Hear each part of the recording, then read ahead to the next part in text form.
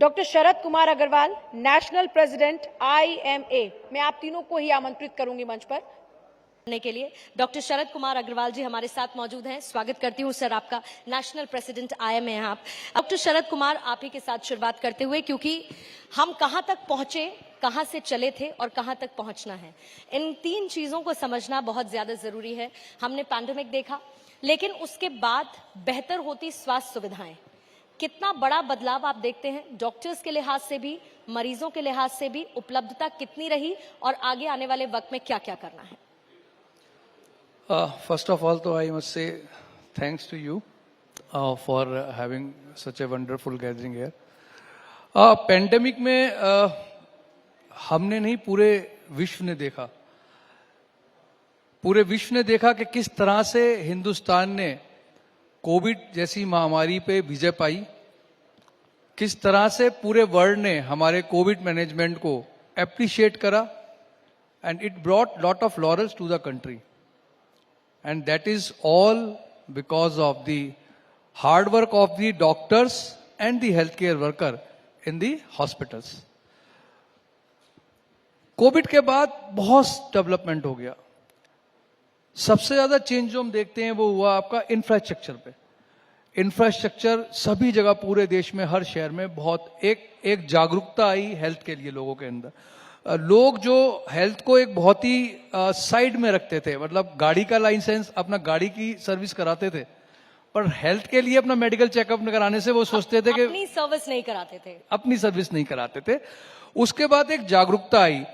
और देखिए, किसी भी देश के अंदर अगर आपको हेल्थ को बढ़ाना है, इंफ्रास्ट्रक्चर के लिए जो गवर्नमेंट है, जो लीडर्स हैं, उनकी विल पावर जरूरी है. अगर उनकी विल पावर है तो वही डाउन द लाइन एडमिनिस्ट्रेशन पे आएगी, पॉलिसी बनेगी और अल्टीमेटली ग्राउंड रियलिटी में इंफ्रास्ट्रक्चर डेवलप होगा. तो मेरे ख्याल से प्रेजेंट गवर्नमेंट बहुत सेंसिटिव है हेल्थ को लेके देश की, और हेल्थ स्ट्रक्चर पे बहुत अच्छा काम हो रहा है. बस कुछ एक दो चीजें हैं जिसको हमारा देश बहुत दिनों से और बहुत सालों से झेलता आ रहा है, जो शायद वर्ल्ड में किसी और कंट्री में नहीं होता. वो है डॉक्टर्स पे, हेल्थ केयर वर्कर्स पे, हॉस्पिटल पे वायलेंस. वायलेंस मेरे को नहीं लगता किसी भी देश के अंदर डॉक्टर्स के ऊपर होता है. Even during war hospitals are declared the safe zone. Violence एक बहुत बड़ा इश्यू है जिसपे सरकार को एक ओपन माइंड से डिस्कस करना चाहिए.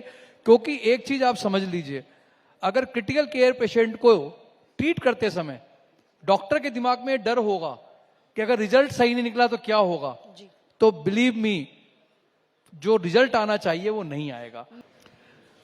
देखिए, थोड़ा सोच बदलनी पड़ेगी. ये ना बड़ा एक परसेप्शन है कि महंगा है. एप्रोप्रिएट कॉस्ट क्या है, क्या कोई बता सकता है? ये एक परसेप्शन बन गया है, जो भी रेट है वो महंगा है. देखिए, दो चीजें हैं. कुछ लोग, जो लोग अफोर्ड नहीं कर सकते, जो लोग नहीं अफोर्ड कर सकते, उसके लिए सरकारी अस्पताल बने हैं, वहां पर भी डॉक्टर्स ही काम कर रहे हैं. हमारे IMA के मेंबर्स हैं, वो सर्विस दे रहे हैं फ्री. एक डॉक्टर ने पहले, आप देखिए, जो मॉडर्न मेडिसिन की पढ़ाई है, आप उसका थोड़ा पाथ समझने की कोशिश कीजिए. 22 लाख मेरिटोरियस बच्चे एग्जाम देते हैं नीट UG में, जिसमें से 1,08,000 बच्चे सेलेक्ट होते हैं. मॉडर्न मेडिसिन की बात कर रहा हूं मैं. तो कितनी डिमांड है और कितना टफ कंपटीशन है. उसके बाद PG में आने के लिए भी फिर कंपटीशन देना पड़ता है. तो ऐसे ही नहीं बन जाते कि कहीं कहीं एडमिशन लो और तुरंत आपका एडमिशन हो गया और बन गए डॉक्टर. उसके बाद उसमें जो लोग प्राइवेट से कर रहे हैं वो फीस भी दे रहे हैं. अब उसके बाद जब वो आए, उन्हें अगर हॉस्पिटल बनाना है तो लोन लेते हैं. कोई उन्हें जमीन सब्सिडाइज रेट पे नहीं मिलती है, इक्विपमेंट में कोई सब्सिडाइज नहीं मिलता है उन्हें रेट, कोई ड्यूटी फ्री नहीं होती है. अगर कोई इंसान, और एक तरफ आपको वर्ल्ड क्लास सर्विसेज भी चाहिए, यू वांट, अभी हमने पेशेंट सेफ्टी वीक सेलिब्रेट करा है, आपको इन्फेक्शन कंट्रोल भी चाहिए, स्टैंडर्ड सारे आपके at par excellence with the international standard होने चाहिए, वो मेंटेन भी हो रहे हैं इंडिया में. But everything comes with the money. Right sir. एक मैं मोटी सी चीज आपको बता रहा हूं. जितने भी सरकारी हॉस्पिटल्स हैं, स्टार्टिंग फ्रॉम एम्स दिल्ली और एनीबडी, एक स्टडी हुई थी 2 साल पहले, हम लोगों ने और फिक्की ने भी कराई थी। जो गवर्नमेंट हॉस्पिटल के खर्चे हैं ranging from critical care bed to the general bed, it comes around 20,000 से 40,000 रुपए पर डे पर बेड। ये खर्चा गवर्नमेंट वहन करती है और फ्री में सर्विस देती है मरीजों को, और देनी भी चाहिए क्योंकि गवर्नमेंट की ये एक रिस्पॉन्सिबिलिटी है under the state welfare scheme. But एक जो प्राइवेट डॉक्टर वो करोड़ों रुपए का लोन लेके अपनी जमीन बेच के अपनी गिरवी रख के सब चीजें वो कर रहा है, तो ये जो 20,000 से 40,000 का पर बेड पर डे का खर्चा है ये कौन देगा? अगर आपको वो सर्विस चाहिए तो वो कॉस्ट तो देनी पड़ेगी।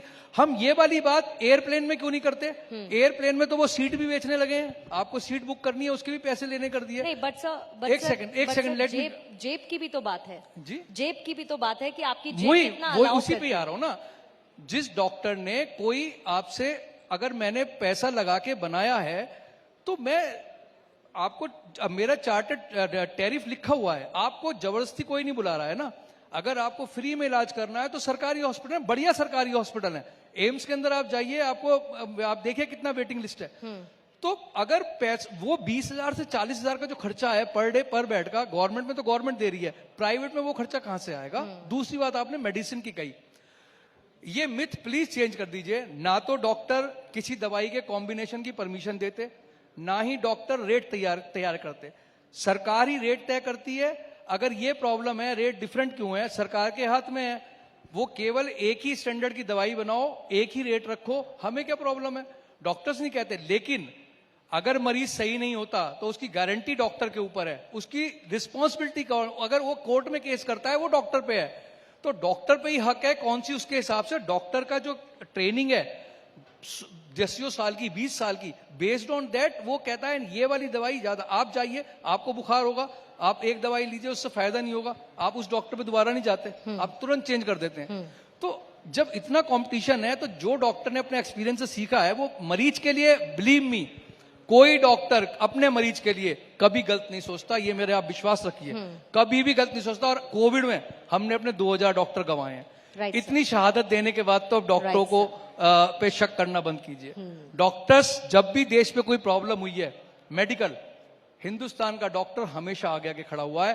पोलियो को हराया डॉक्टर्स की वजह से, कोविड को हराया डॉक्टर्स की वजह से, स्मॉल पॉक्स हराया डॉक्टर्स की वजह से। आगे भी कोई प्रॉब्लम आएगी तो डॉक्टर खड़े हैं, आप सुरक्षित हैं।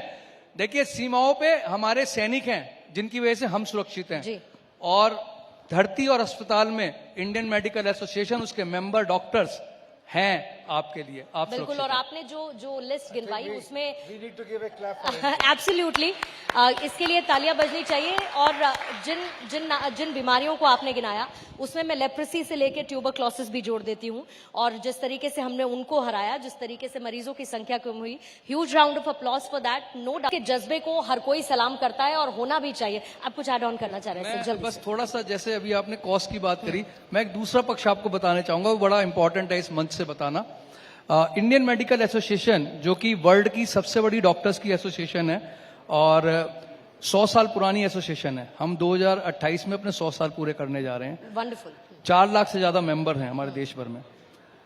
हम लोगों ने अभी एक प्रोजेक्ट चालू करा है दोबारा से, वो 2005 से चल रहा था, बीच में कोविड की वजह से रुक गया था। इस साल मैंने रीलॉन्च करा है, आओ गांव चलें। अंडर आओ गांव चलें हमारी 1760 ब्रांच हैं पूरे देश में। हमने अपनी सभी ब्रांचेस से कहा है कि एटलीस्ट एक गांव को आप गोद लीजिए और वहां पे मेडिकल के अलावा और भी सारी सेवा दीजिए। अगर स्कूल के अंदर कंप्यूटर नहीं है, कंप्यूटर लगवाइए, टीचर नहीं है तो टीचर दिलवाइए। और अभी तक मुझे बताते हुए खुशी है कि करीब 1100 गांव हमने गांव में गोद ले लिए हैं और बाकी भी हम बहुत जल्दी ले लेंगे। Wonderful, a huge round of applause for this initiative. और एक चीज मैं और बताता हूं डॉक्टर्स की चैरिटी के बारे में। देखिए ऐसा कोई डॉक्टर नहीं है, और आप भी इस बात को जानती हैं, कि डेली कुछ ना कुछ कंसेशन अपने मरीज को ना करता हो। हर डॉक्टर, कभी मरीज कहता है डॉक्टर साहब फीस नहीं है तो कभी नहीं कहता मैं इलाज नहीं करूंगा, चल ठीक है चला जा। कोई लैब चला रहा है तो वो कहता है साहब पैसे नहीं है, चल थोड़ा सा डिस्काउंट कर दो, डिस्काउंट कर दे। अगर आप 100 रुपए भी पर डॉक्टर का डेली कंट्रीब्यूशन माने चैरिटी का, 4 लाख डॉक्टर हैं, 4 lakh multiply by 100 rupees, 365 days, 1500 crore से ऊपर आता है। आप मुझे बता दीजिए 1500 करोड़ रुपए की चैरिटी कौन सा बिजनेस हाउस बिना किसी रिटर्न के कर रहा है। अगर कोई करता है तो उसे उसका बहुत सारा रिटर्न मिलता है। हम लोग ना तो किसी से कहने आते ना बताते, लेकिन फिर भी हम करते हैं। लेकिन आपने कहा डॉक्टर शरद, थोड़ी देर पहले आपने डॉक्टर्स की सुरक्षा की बात की, आपने इस मुद्दे को भी उठाया कि ऐसा अमूमन बाहर नहीं देखने को मिलता, लेकिन यहाँ पर ऐसा होता है। तो क्या आईएमए की डिमांड क्या है इसको लेकर, किस तरीके से आप इसको लेकर आगे बढ़ रहे हैं, या लोगों के रवैये में आपने बदलाव देखा या और अग्रेसिव अप्रोच कुछ समय में आपने देखी है लोगों की? देखिए, सबसे पहली बात तो इसमें यह है, आपको याद होगा कोविड के अंदर पेंडेमिक एक्ट के अंतर्गत एक अध्यादेश लाया गया जिसमें violence was not acceptable and it was a offence, punishable offence, but it was only for the pandemic. अब आप मुझे ये बता दीजिए, डॉक्टर्स तो डॉक्टर हैं, मरीज मरीज हैं, अस्पताल अस्पताल हैं, बीमारी कोई भी हो। अगर वायलेंस पेंडेमिक कोविड में एक्सेप्टेबल नहीं था तो बाकी टाइम पे क्यों एक्सेप्टेबल है? अगर हम कोविड के टाइम पे एक सेंट्रल लॉ बना सकते हैं तो हम नॉर्मल क्यों नहीं बना सकते? मेरे को समझ में नहीं आती ये वाली बात। सिर्फ इच्छा शक्ति की कमी है।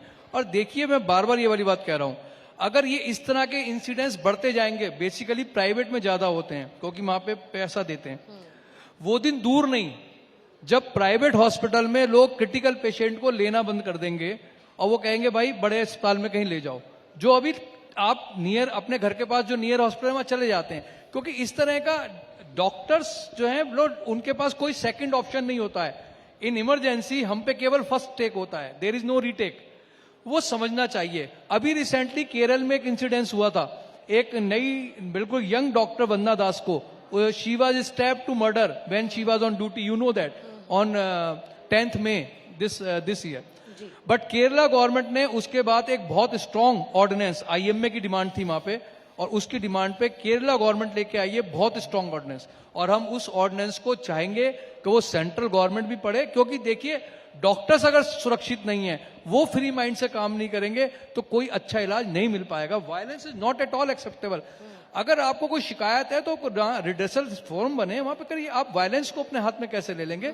Violence is absolutely not acceptable, और वायलेंस की निंदा हर फोरम पे होनी चाहिए, और आपको भी एक माहौल इसका बनाना चाहिए। राइट सर, उसको लेकर जीरो टॉलरेंस भी जीरो टॉलरेंस होनी चाहिए। लेकिन at the same time sir, क्या लगता है आपको कि डॉक्टर्स की संख्या पर मरीज जितना होना चाहिए, क्या उतनी अवेलेबल है? डॉक्टर्स की कमी है, या आने वाले कितने वक्त में आप देखते हैं कि जिस तरीके से हमारी पॉपुलेशन बढ़ रही है, जिस तरीके से मेडिकल फील्ड में डिमांड बढ़ रही है डॉक्टर्स की, हम उसको कब तक कॉम्पनसेट कर पाएंगे या उस स्थिति तक एटलीस्ट पहुंच पाएंगे? देखिए, मैं चाहूंगा इस बात पे you should appreciate the present government. हमारा रेशो दिन ब दिन बढ़ता जा रहा है, इंप्रूव हो रहा है। और अभी मैं 3 दिन पहले एक मीटिंग कर रहा था, नीति आयोग के चेयरमैन उसको चेयर कर रहे थे, नीति आयोग के मेंबर डॉक्टर पॉल चेयर कर रहे थे। आने वाले दिनों में, सालों में, India will produce the doctor for entire world. पूरे वर्ल्ड में डॉक्टर्स की कमी होने वाली है, और हमारे यहाँ सीट्स बढ़ती जा रही हैं। हम इंडिया नहीं, पूरे देश की रक्षा करेंगे, पूरे वर्ल्ड में अपने डॉक्टर सप्लाई करेंगे। और अभी हमारा टाई अप हुआ है World Federation of Medical Education, उसके साथ अभी टाई अप हुआ है एनएमसी का। And I tell you this thing, ये 2010 में 11 में इंडियन मेडिकल एसोसिएशन ने इसका पूरा प्रस्ताव बनाया था कि world Federation of Medical education का टाई अप हो, जिससे कि हमारे देश के बच्चे, हमारे देश के डॉक्टर अमेरिका में, कनाडा में, ऑस्ट्रेलिया में, यूके में वहां प्रैक्टिस कर सकें, जा सकें। और वो अभी आपने न्यूज पढ़ी होगी, 7 दिन पहले एनएमसी के साथ टाई अप हुआ है। और मैं आपको बता दूं कि कल आईएमए में उसके प्रेसिडेंट विजिट कर रहे हैं, मेरे से मिलने आ रहे हैं, और हम उनके साथ उनको अपना थैंक्स देने वाले हैं कि उन्होंने हमारे डिमांड मानी। और आईएमए को एक परमानेंट मेंबर इंडिया को भी बना रहे हैं, और नेशनल प्रेसिडेंट को उसका मेंबर बना रहे हैं। तो इंडिया तो आगे विश्व गुरु बनने के लिए तरफ ये एक दूसरा कदम है। डॉक्टर्स हमारे बढ़ते जा रहे हैं, डे बाई डे संख्या बढ़ती जा रही है, और मुझे नहीं लगता कि कहीं भी अब डॉक्टर्स की कमी होगी। रूरल एरिया में, जैसे मैंने बताया, आओ गांव चौल की तरह हम जा रहे हैं। गवर्नमेंट को थोड़ा एक इंडियन मेडिकल सर्विसेज लानी पड़ेगी। आईएमएस की डिमांड हम बहुत सालों से कर रहे हैं, जैसे कि आईएएस है, इंजीनियरिंग सर्विस है। ऐसी सेंट्रल गवर्नमेंट को इंडियन मेडिकल सर्विस क्रिएट करना पड़ेगा, जिससे कि यूनिफॉर्म सर्विस कंडीशंस हो, यूनिफॉर्म उनके भत्ता हो, उनको पता हो कि मेरा पाथ क्या है, मेरा डेवलपमेंट क्या है। और हम कहते हैं कि गांव में नहीं जाते, गांव में अगर आप एडमिनिस्ट्रेशन देखें, आईएएस अगर रहेगा, उसका पूरा वहां पे उसको बंगला मिलता है, नौकर मिलते हैं, गाड़ी मिलती है, पेट्रोल, सब चीज होती है। डॉक्टर्स की स्थिति जाके देखिए जो पीएससी पे काम कर रहे हैं, आप उनको इंफ्रास्ट्रक्चर तो दीजिए, वो अपने बच्चे कहां पढ़ाएंगे फिर? डॉक्टर्स जाने को तैयार है, सरकार की हर पॉलिसी में सरकार को हेल्प करने को तैयार है। और होलिस्टिक मेडिसिन पे मैं आपको बता दूं, आप पूछ रही थी, होलिस्टिक मेडिसिन है कि सभी पैथी को हम इकट्ठा करके, अगर कोई मरीज है उसका, देखिए इमरजेंसी है, क्रिटिकल केयर है, उसका जो अभी तक हम पे सबूत है और एविडेंस बेस्ड मेडिसिन जो मॉडर्न मेडिसिन है, वो आपको एलोपैथ में, मॉडर्न मेडिसिन में मिलता है, चाहे सर्जिकल हो, चाहे क्रिटिकल केयर हो, चाहे इमरजेंसी हो। यस, क्रॉनिक इलनेस में जहां पर भी लगता है कि दूसरी पैथी उसमें पिच इन कर सकती है, दैट इज होलिस्टिक। चाहे वो अपोलो हो, चाहे मेदांता हो, I had been the head of Medanta, I had been the head of Max, हम सब ने करा है। Indian Medical Association respect each and every pathy, but we oppose cross pathy. There is a difference. If I am trained for modern medicine, I should only write the modern medicine. बिल्कुल। Likewise, the other pathy, they should only prescribe their pathy medicine, not the other pathy. So IMA opposes the cross pathy, but respect all the pathies in their purity. We want purity of pathy, and they all are our brother sister. We have no enmity with our these all pathies. The only thing, we are absolutely against cross pathy.